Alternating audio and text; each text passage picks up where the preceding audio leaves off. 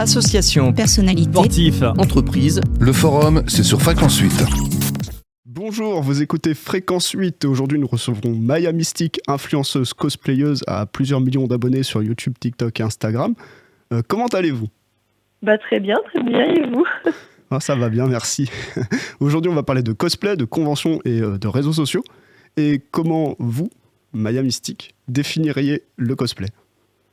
Alors, le cosplay, c'est avant tout un amusement. En gros, le but, c'est de faire des créations de costumes pour ensuite les incarner. Et ça peut être n'importe quel personnage, ça peut être des personnages de pop culture, du coup, de jeux vidéo, de dessins animés, de films. Vraiment, le but, c'est créer un costume pour l'incarner. C'est un peu comme du théâtre, en fait. Et comment vous est venue cette passion pour le cosplay ? Alors, cette passion est venue car j'ai toujours aimé incarner des personnages. J'ai toujours rêvé de devenir actrice. Ça a été un de mes premiers buts dans ma vie. Sauf que malheureusement, je n'ai pas pu aller dans cette voie-là. Et en parallèle, je créais mes propres costumes par rapport à des personnages que j'aimais énormément. Et petit à petit, j'ai commencé à les incarner et à les montrer sur les réseaux sociaux. Et c'est comme ça que je suis devenue cosplayeuse. Et vous avez pris beaucoup de personnages.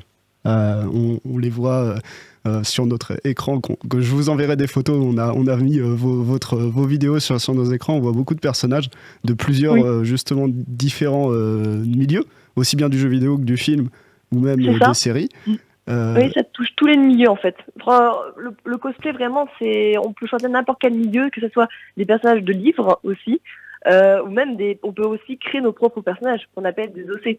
Donc vraiment, c'est incarner un personnage qu'on a créé ou des personnages qui sont déjà créés et jouer avec ce personnage en fait.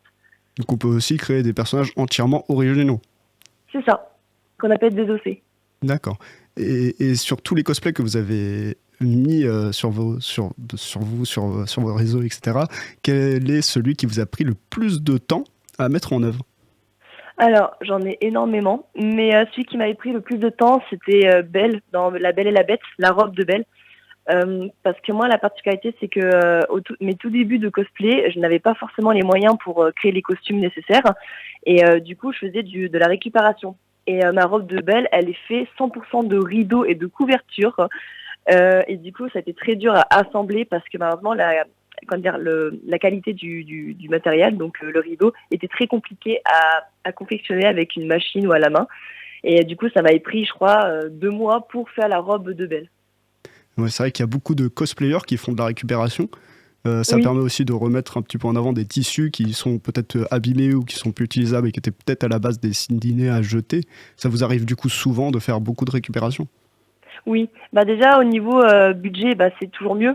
Parce que le problème du cosplay, moi quand j'ai commencé dans le cosplay, c'était un gros problème. Je n'avais pas le budget nécessaire pour créer mes costumes. Du coup, ce que je faisais, c'est que je prenais vraiment de la récupération. Et même encore aujourd'hui, je continue dans cette voie-là parce que j'aime énormément faire de la récupération. Déjà, ça évite de jeter et surtout de donner une deuxième vie aux objets qu'on peut avoir. Parce que n'importe quel objet qu'on a entre les mains, on peut le transformer à un matériel ou à la confection d'un cosplay en fait.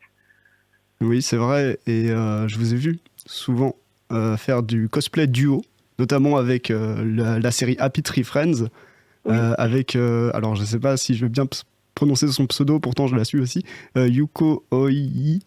Yuko Io. Yuko Io, d'accord. On peut l'appeler Yuki.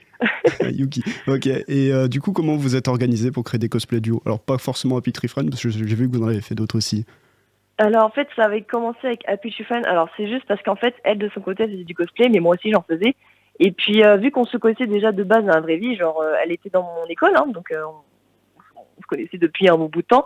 Et comme on avait la même passion, on s'est dit pourquoi pas tester à faire un duo dans un même univers de personnages, tenter quoi. Et le premier univers qui nous est venu à l'idée, c'était du coup Happy Tree Friends. Et puis on a remarqué ça matchait bien, comme quoi on aimait bien faire des échanges entre les deux personnages, de créer des situations, c'était vraiment pas pur amusement quoi. Et en fait on a continué comme ça sur d'autres univers, par exemple My Little Pony ou encore des jeux vidéo aussi. Vraiment on est continué là-dedans. Mais c'est très différent des cosplays solo, les cosplays duo. Ouais, parce qu'il faut se mettre en œuvre à deux, avoir l'idée à deux et aussi être dans le même idée d'univers, incarner les personnages aussi. C'est ça. Et puis des fois, on n'est pas d'accord sur le même mise en situation, mais après, On a beaucoup de, on crée des scénarios et en fait, du moment qu'on a trouvé un duo qui fonctionne comme toi, vraiment le même grain de folie, bah en fait on réfléchit pas et on fait quand même les vidéos quoi. Et ça vous arrive aussi d'aller en convention? Je voulais savoir du coup l'ambiance entre cosplayers dans ce genre d'événement. Oui, je vais beaucoup en convention cosplay. Il y en a de plus en plus en France, ce qui est plutôt pas mal parce que c'est vrai que le cosplay en France c'est encore un petit peu, assez discret. Mais ouais, ça se fait de plus en plus les conventions cosplay et ça m'arrive d'y aller. Par exemple, j'ai été invitée récemment à la Paris Manga et j'ai été aussi invitée à la Japan Expo, donc c'est deux plus grandes conventions de France. Il y en a aussi un peu partout. Par exemple, moi j'habite sur le Bordeaux, il y en a deux qui chaque année qui s'appellent ABGF et Animasia que j'y vais par plaisir parce que c'est un endroit où vraiment tous les cosplayers se retrouvent pour partager la même passion.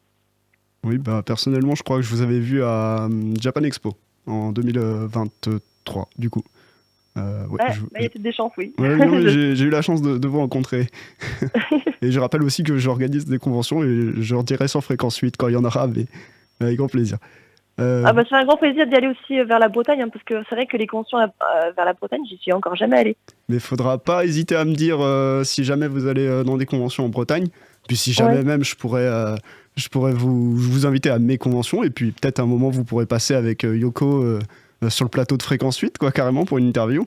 Ça sera avec plaisir. Hein. Je vous dis, hein, je suis encore jamais allée là-bas et moi mon but vraiment c'est essayer toutes les conventions de France en fait. Ah oui, donc c'est vraiment faire un peu le tour de la France en convention. Et pourtant, il y en a des choses à voir. Il y en a beaucoup qui le font et ils ne regrettent pas, je pense. Merci Maya Mystique. On va reparler tout de suite des conventions juste après Dream On de Aerosmith. A tout de suite sur Fréquence 8. On est de retour sur Fréquence 8. On vient de s'écouter Dream On de Aerosmith. Nous sommes toujours avec Maya Mystique pour parler de cosplay, de conventions et de réseaux sociaux. Et du coup, on parlait des convention juste avant et je voulais savoir si ça vous est arrivé de faire des vidéos avec d'autres cosplayers et mélanger les différents univers qu'on parlait tout à l'heure. En gros faire des cosplays de pas le même univers. C'est ça, avec les autres cosplayers en convention. Alors c'est déjà arrivé, on appelle ça des crossovers, vraiment un mélange de deux univers qui sont pas du tout pareils mais qui peut se ressembler sur certaines idées. Ça m'a déjà arrivé. Mais pas officiellement. Pareil, ça m'a déjà arrivé aussi de créer des groupes de cosplayers en convention cosplay. Donc par contre là c'est toujours le même univers. Mais après de différents univers, pour l'instant j'ai toujours pas créé de groupe là-dedans. C'est assez flou encore. Et ça vous arrive de faire des concours cosplay? Moi je suis pas très très concours. Je vous avoue que monter sur scène c'est pas du tout ma tasse de thé. Mais j'ai déjà participé à un défilé cosplay justement à Yukuyo dans le thème de Happy Chufen, où en gros le but c'était juste de défiler sur la scène, mais il n'y avait pas de concours, il n'y avait pas de notes, hein, c'était juste pour le plaisir. Et ça m'a déjà arrivé du coup une fois, on avait fait carrément une chorégraphie, on a écrit une histoire, ça s'était super bien passé. Et pourquoi pas recommencer à l'avenir, voilà. Mais bon, pour l'instant je n'ai pas l'envie de participer au concours. Et quand vous allez en convention, l'ambiance entre cosplayers est plutôt bon enfant? Oui, alors en convention cosplay, vraiment, c'est vraiment un moment où tu lâches ton côté de la vie de tous les jours. Parce que comme j'ai dit, on va croiser des personnes qui sont la même passion que toi. Du coup, vraiment, les conventions cosplay, c'est un moment de partage pour discuter sur certains détails, comment s'améliorer sur certains cosplays, de découvrir des nouveaux personnages. Mais il n'y a pas que du bon côté, il y a aussi des mauvais côtés dans le cosplay. On peut tout retrouver dans les conventions cosplay, mais le principal que moi j'en garde, c'est vraiment un côté positif, très familial, de faire de superbes rencontres avec d'autres cosplayers. Quelque chose d'assez bon enfant au final, et il y a des gens qui vous reconnaissent? Oui, ça m'a déjà arrivé plusieurs fois des personnes qui m'ont reconnu dans les halls des conventions cosplay, mais même hors convention cosplay, hein, ça m'a déjà arrivé, on m'avait reconnu et du coup on m'a demandé une photo. Et du coup, oui, c'est toujours un plaisir de prendre la photo avec les abonnés. Même s'il y a des moments, vraiment, on me trouve dans la rue, je suis pas en super état, mais voilà, on veut quand même faire une photo avec moi et je trouve ça super adorable, quoi. Oui, j'imagine bien. Et justement, en parlant de fans et de réseaux, vous avez eu un compte TikTok, un compte YouTube, un compte Instagram aussi. Comment vous faites pour gérer tous ces comptes et faire du Alors cosplay moi, la en plus? particularité, c'est que mon contenu, c'est des vidéos courtes. Mhm. À la base, le cosplay, je l'ai lancé sur TikTok. Donc c'est un format que maintenant, avec le temps, je commence à bien connaître.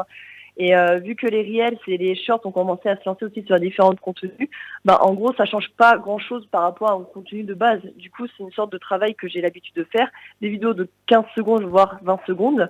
Et pour gérer les 3 comptes, on va dire que je fais en même temps. C'est-à-dire quand je poste un nouveau cosplay, je vais les poster les 3 en même temps sur les 3 différents comptes. Mais ça peut m'arriver où il y a des décalages entre les comptes parce que je peux pas être partout à la fois. C'est un peu compliqué au niveau de l'organisation. Mais pour l'instant, je suis toute seule à temps plein là-dessus, quoi. Oui, et du coup, aujourd'hui, on peut dire clairement que vous faites ça de manière professionnelle, en fait. Ah oui, c'est mon travail. Ah oui, je suis, alors, j'aime pas trop ce mot, mais je suis influenceuse, cosplayeuse à temps plein. Justement, j'avais lâché mes études il y a 1 an et demi parce que j'ai vu qu'avec ma passion, je pouvais être payée. Et du coup, ça fait 1 an et demi où voilà, je suis auto-entrepreneuse en tant que cosplayeuse professionnelle. Super bien. Franchement, bravo. Merci. Et sur tous les cosplays que vous avez faits, quel est votre préféré? Ouh là là, alors au total, je crois que j'en ai fait 90 cosplays au total depuis que j'ai commencé. Pas mal. Bravo, Ouais, ça fait beaucoup. Il y en a beaucoup que je compte en cosplay placard, mais je vous avoue qu'il y en a beaucoup trop. Après, les cosplays que j'aime bien incarner, c'est vraiment ceux avec lesquels j'adore m'identifier au niveau du caractère.